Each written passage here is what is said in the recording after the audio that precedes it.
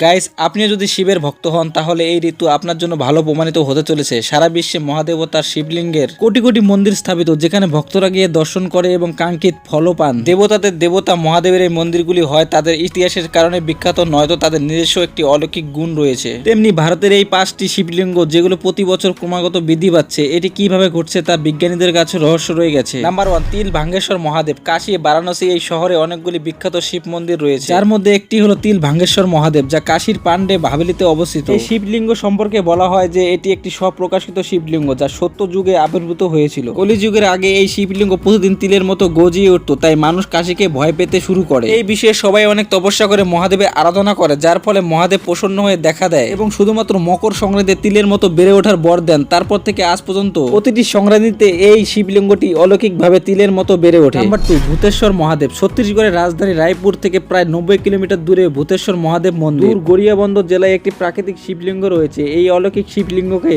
ভাকুয়া মহাদেব বলা হয়। এই শিবলিঙ্গ সম্পর্কে বলা হয় যে প্রতি বছর বাড়তে থাকে। নাম্বার 3, মাতঙ্গেশ্বর শিবলিঙ্গ। মধ্যপ্রদেশের মাতঙ্গেশ্বর শিবলিঙ্গ হলো আশ্চর্যজনক খোদাই এবং শিল্পকর্ম সহ মধ্যপ্রদেশের খেজুরাহোর মন্দিরগুলির একটি অংশ। এই মন্দিরটি ভগবান শিবের সেই অলৌকিক মন্দিরগুলির মধ্যে একটি, যেখানে শিবলিঙ্গের নিজস্ব একটি মহিমা রয়েছে। এখানকার শিবলিঙ্গ প্রতি বছরই এর অলৌকিক বৈশিষ্ট্যের কারণে বৃদ্ধি পায়। নাম্বার 4, মিদেশ্বর মহাদেব মন্দির। গুজরাটের গোত্রায় অবস্থিত একটি অলৌকিক বৈশিষ্ট্য সহ একটি মন্দির। এই মন্দিরের শিবলিঙ্গ প্রতি বছর ধানের শীষের আকারে ক্রমাগত বৃদ্ধি পাচ্ছে। শিবলিঙ্গ সম্পর্কে কথিত আছে যেদিন এটি মিদেশ্বর মহাদেবের শিবলিঙ্গ মন্দিরের ছাদ স্পর্শ করবে, সেদিন প্রলয় আসবে এবং পৃথিবী শেষ হয়ে যাবে। নাম্বার 5, পাউরিয়ালা শিব মন্দির। হিমাচল প্রদেশের সিরমাউর জেলার নাহান থেকে 7 কিমি দূরত্বে অবস্থিত। এই মন্দিরের শিবলিঙ্গ অত্যন্ত অলৌকিক বৈশিষ্ট্যের অধিকারী বলে মনে করা হয়, কারণ এটি দশনন রাবণ নিজেই প্রতিষ্ঠা করেছিলেন। কথিত আছে যে এই মন্দিরের শিবলিঙ্গ প্রতি বছর একটি বার্লির দানার আকারে বৃদ্ধি পায়। গাইস, আপনিও কি মহাদেবের ভক্ত? তাহলে কমেন্টে অবশ্যই হর হর মহাদেব বলবেন। আর ভিডিওটি ভালো লাগলে অবশ্যই শেয়ার, সাবস্ক্রাইব এন্ড লাইক। দেখা হচ্ছে নেক্সট ভিডিওতে।